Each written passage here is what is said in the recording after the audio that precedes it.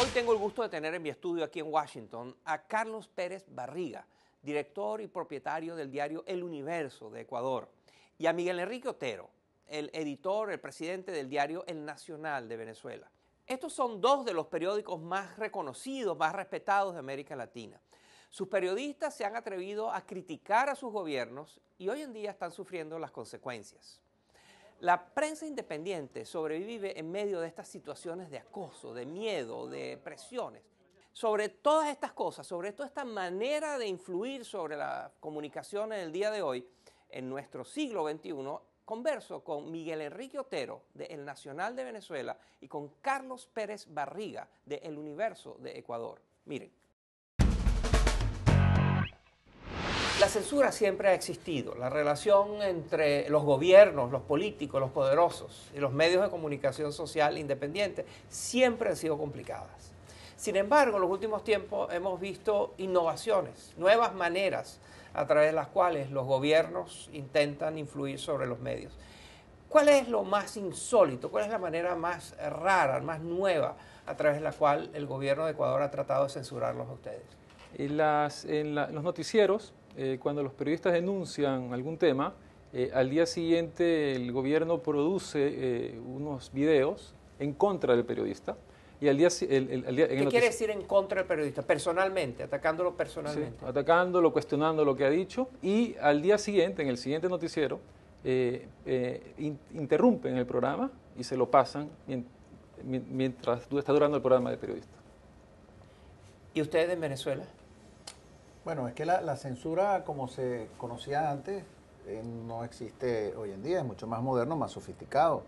La censura pasa por la amenaza, por los insultos en las cadenas, por los programas de televisión y radio insultándolo a uno o difamándolo, por el suministro de papel, por los inspectores de impuestos, etcétera, etcétera.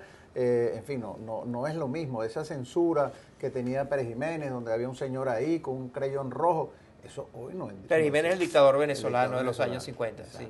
Los populismos del siglo autoritarios del siglo XXI funcionan de manera mucho más sofisticada.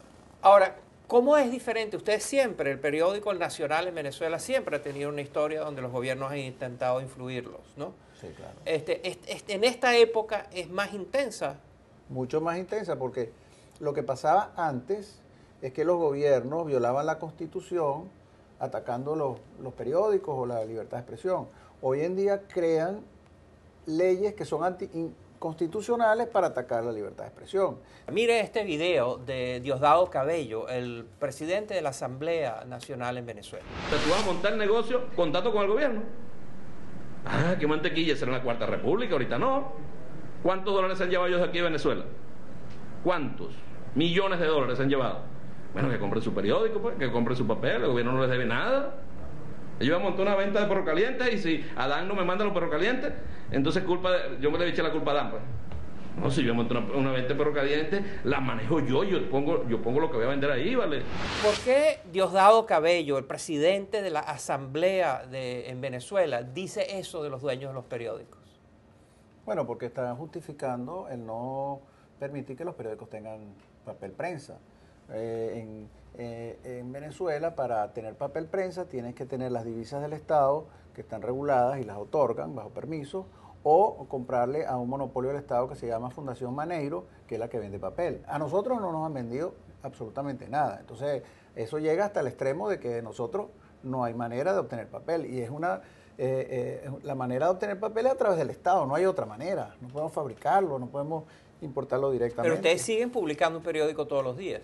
Claro, pero hubo un movimiento de solidaridad importantísimo con 12 periódicos del continente, más el bloque de prensa en diarios de Colombia, que nos prestaron papel durante todos estos meses y a través de eso es que hemos podido producir. Los periódicos y los medios de comunicación, en su gran mayoría, viven de la publicidad del sector privado o de la publicidad del Estado. Y una de las nuevas formas de influir sobre los medios de comunicación es afectando la compra de publicidad. Háblenos de eso en el caso de su periódico. A nosotros el gobierno nos las quitó. ¿Qué les quitó? Toda la publicidad del gobierno. No toda, sí quedó algo. Ciertas instituciones todavía pautan, pero gran parte nos las quitaron porque el presidente se molestó, hicimos una investigación sobre la publicidad, que estaba aumentando la publicidad del gobierno en los medios, y les molestó, y ahí estaba entrevistada gente del gobierno, o sea, no fue estaba muy bien hecha eso. Y el mayor problema del tema de la publicidad no es solamente que te la quiten a ti, sino que se la den a otro. La otra manera a través de la cual los gobiernos están influyendo sobre los medios es comprándolos. Y muchas veces los compran a través de entidades desconocidas o entidades anónimas o de empresarios privados que realmente son financiados por el gobierno. ¿Eso ha pasado en Ecuador? No que yo sepa. ¿Y en Venezuela? No, en Venezuela sí ha pasado. Ellos montaron lo que llaman un pote para comprar medios de comunicación. Eran 3 periódicos muy grandes, compraron 2 de los 3 periódicos. ¿Cuáles eran esos periódicos? El Universal y Últimas Noticias. A mí me ofrecieron comprarme y yo les dije que no. Y hay rumores de que están comprando otros canales de televisión, otros grupos.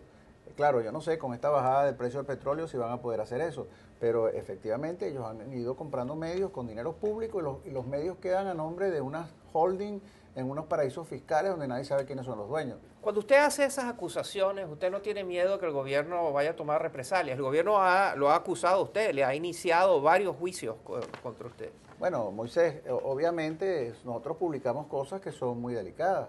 Nosotros lo que tenemos es que cuidarnos de que lo que nosotros publicamos está bien fundamentado, tenemos fuentes, tenemos pruebas de lo que decimos, o sea, que no nos pueden desmentir. O sea, ellos nos atacan, dicen, ustedes dicen mentiras, ustedes obedecen a otros intereses, pero tienen que desmentirnos. Nunca van a lo concreto del desmentido. Entonces, si haces un trabajo, digamos, bien fundamentado a nivel de periodismo, hasta ahora ellos lo que hacen es contestar en términos generales, pero nunca desmintiendo porque no pueden. En Ecuador, usted ha tenido, evidentemente, un juicio muy importante contra usted. Háblenos de eso, por favor. La demanda era por $80 millones inicialmente, después los jueces la bajaron a 40. Estábamos acusados, el escritor... de la columna que se llamó... El columnista de No a la Mentira, los 3 directores miembros del directorio, no por directores del periódico, por miembros del directorio, y a la compañía. Porque según el presidente, pues el periódico fue la arma para difamarlo. Y fueron procesos muy duros, no nos aceptaron muchas de nuestras pruebas. Ellos tuvieron 400 pruebas, eran menos, ¿no? Pero muchas pruebas, y a nosotros nos aceptaron nada más 3. Entonces fue una cosa muy injusta. El presidente decía que él nos había mandado como un ciudadano y no como el presidente, pero cuando llegaba a la corte llegaba con el ejército entero y estaba resguardados con militares. Hubo inclusive un momento cuando estábamos entrando a la corte que un militar nos sacó una granada, intimidándonos, o sea, fue muy fuerte. Le quiero mostrar un video del presidente Correa refiriéndose a usted y a su periódico. Miren. Presentaron disculpas, pero con 3 condiciones. ¿Qué es eso? Si uno pide disculpas porque cometió un error, el que cometió error, ¿qué condición puede imponer? Y si no ha cometido ningún error, entonces ¿por qué presenta las disculpas? Si se dan cuenta la inconsistencia, la torpeza, la soberbia. Denos el contexto de esta afirmación del presidente Correa. ¿Ustedes se disculparon de qué? La disculpa era, de alguna manera, pues que él se sentía ofendido y que jamás fue nuestra intención. Y que la idea era, o sea, pasemos la página y continuemos, pero continuemos fortaleciendo el periodismo en el país. Esa era mi propuesta. Estábamos muy cerca al juicio. Entonces era una propuesta, para mi punto de vista, válida. ¿Ustedes dirían que la población en Ecuador y en Venezuela está bien informada? No, que va a estar informada. El 40% del territorio venezolano está cubierto solamente por medios oficiales. No llega ni radio, ni televisión, ni prensa independiente. Pero además de eso, la radio y la televisión, con esta ley punitiva, que es la ley resorte, se autocensura. Entonces, el alcance de la prensa independiente es un alcance muy reducido, salvo Internet, que bueno, y en Internet también ellos han bloqueado 2.000 páginas, NTN24 está bloqueada en Venezuela. Ellos van teniendo cada día más control sobre la red. ¿Y en Ecuador? En Ecuador, antes de que asuma Correa la presidencia, el Estado tenía una radio. Actualmente tiene 5 canales de televisión, 7 radios. Y y utilizan mucho las cadenas. El presidente habla los sábados durante 3 horas. ¿Qué es una cadena? Cadena nacional es un espacio que tiene derecho el Estado para repetir en una franja el mensaje que quieren enviar. El presidente habla los sábados durante 3 horas a la ciudadanía explicando lo que ha hecho, es una rendición de cuentas, y eso es repetido durante la semana múltiples ocasiones en todos los canales que ellos tienen. Pero todavía existe mucho medio independiente en el Ecuador y no necesariamente los grandes, hay mucho medio pequeño de ciudades pequeñas donde tienen su independencia. Entonces, todavía queda algo de neutralidad. Cuéntenos un poquito de la percepción y la información que tienen ustedes de lo que está sucediendo en otros países. Además de Venezuela y Ecuador, ¿en qué otros países de América Latina sienten ustedes que hay una fuerte infiltración, influencia, censura por parte del gobierno en la manera como la población obtiene su información? Obviamente fuera de Cuba, pero ¿dónde más? ¿En cuáles de los países grandes? El modelo chavista lo reproducen directamente los populismos autoritarios, Bolivia, Nicaragua, en Argentina aparte de eso, aparte de Ecuador y Venezuela. Pero hay está creciendo en el continente la aprobación de leyes que dificultan la libertad de expresión, y eso va desde Chile hasta México. O sea, hay una construcción de un aparataje legal que está ocurriendo en todos los países donde por una arista, por un rincón, por distintas razones van aprobando leyes que restringen la libertad de expresión, y eso es un mal generalizado en el continente. No podemos terminar esta conversación sin, por supuesto, hablar del Internet y el impacto que ha tenido sobre los medios de comunicación. ¿Es Internet una tecnología de liberación o una tecnología de represión de las ideas y de la comunicación? Depende del punto de vista que se lo vea. Hay momentos en que el gobierno utiliza Twitter, ellos, para atacarnos a nosotros personalmente. Pero en cambio hay cantidad de ciudadanos que a través de ellos se expresan. El gobierno ha contratado una empresa española que se llama AresRight, que censura y escribe a Twitter para que cierren esas cuentas. O sea, hay un doble filo, pero es parte del juego, diría yo, ¿no? No, es una tecnología de liberación. Internet permite que el periodismo ciudadano crezca y sea libre y tenga muchos espacios. Lo que hace estos gobiernos es o tratar de bloquearlo, de estilo China o lo que hicieron los egipcios al final, o tratar de contrarrestarlo con gente de ellos, pero en la práctica, la única manera de que se impida la libertad en Internet es bloqueándola. Pero nunca van a poder contrarrestar lo que el ciudadano a nivel de protesta y a nivel de organización reproduce en Internet.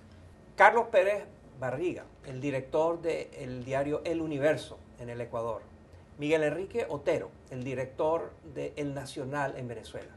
2 dueños de medios de comunicación perseguidos por sus gobiernos y que siguen luchando por tratar de llevarle a sus ciudadanos la información que ellos creen que merecen tener.